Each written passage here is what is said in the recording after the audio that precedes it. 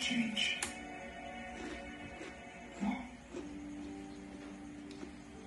I will change. I promise you. Whatever fault na meron ka, o tayo pa rin ang magulang. And you don't deserve to be treated this way.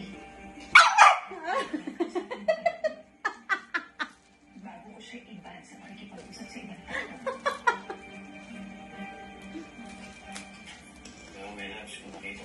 Gusto mo? Gusto mo?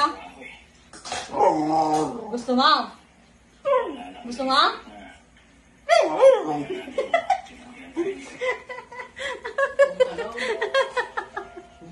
Hindi naman natin pwedeng ipilit.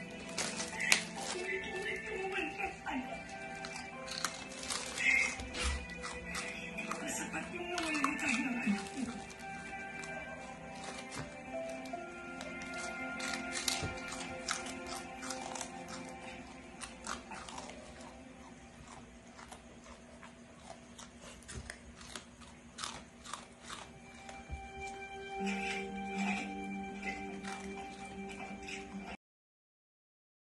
Bakit? Gusto mo na naman kumain?